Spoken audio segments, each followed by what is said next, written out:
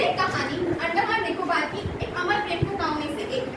ये कहानी एक नेकदिल युवक तंतारा की है, जो कि अपने गांव का प्रिय था, साहसी था और ईमानदार था। माना जाता है कि इसकी लकड़ी की तलवार में दिव्य शक्तियां थी। वहाँ मेरी एक सुंदर, मधुर स्वर वाली एवं सुशील लड़की थी। पड़ोसी गांव से थी वो।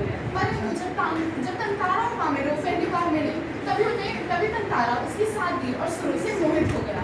तब की दोपहर की धूप समंदर पर जब झिलमिला रही थी, तब तंतारा अपनी छोटी नाव किनारे पर लगाकर लौट ही रहा था कि अचानक उसकी नजर एक आवाज पर पड़ी। तभी उसने देखा एक सुंदर सी लड़की समुद्र को देखे गीत गा रही थी। वह उसके पास गया और उसने कहा, तुम्हारा नाम जान सकता हूँ? क्या तुम्हें ये नहीं मालूम कि एक गांव के व्यक्ति दूसरे गांव के व्यक्ति से बात नहीं कर सकता? अरे मुझे बस तुम्हारा नाम जानना है, मैं क्यों बताऊँ, मैं तो तुम्हें जानती तक नहीं। तभी तंतारा को अपनी गलती का एहसास हुआ और उसने आगे जाके वामेरो को रोका। मुझे बस एक बार अपना नाम बता दो, मैं तुम्हें कभी परेशान नहीं करूँगा।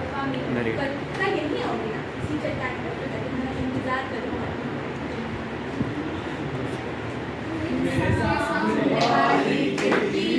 एक चांद का टुकड़ा रहता है, अफसोस ये है कि वो हमसे कुछ उखड़ा रहता है। तभी वामेरो सोच रही थी कि तंतारा के बारे में, और वह ये सोच रही थी कि कल उसको जाना है। वहीं वामेरो ये सोच रहा था कि वामेरो कल आएगी या नहीं। तो अगले दिन धीरे धीरे उनकी रोज मुलाकात होने लग गई। धीरे धीरे दोस्ती से प्रेम कब हुआ पता ही नहीं चला, जैसे 2 दिन मिल रहे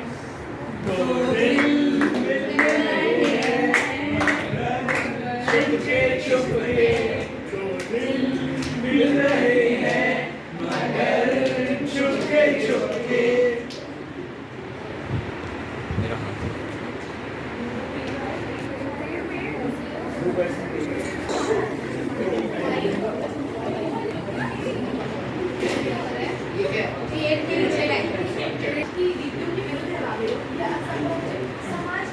समाज की सीमाएं हमारे प्रेम को, हमारी भावनाओं को कैसे रोक सकती है? मैं तुमसे दूर नहीं रह सकती। ये गलत है। हमें अपने प्यार का पास रखना होगा, ये तुम सब समझेंगे। तभी गाँव में पशुपात का आयोजन हुआ। दूसरे गांव से भी लोग आए थे। युवकों के लिए प्रतियोगिताएं भी रखी गई थी, परंतु तंतारा कहीं और ही सोच में डूबा हुआ था।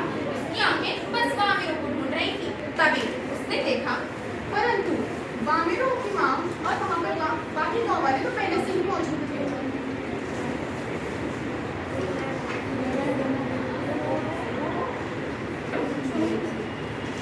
ठीक हो? तारा मुझे डर लग रहा है। परेशान मत हो, मैं तुम्हारे पास हूँ। तो मेरी बेटी के साथ आप क्या कर रहे हो? तुम मेरे साथ उन्होंने भी बहुत घृणा से तंतारा को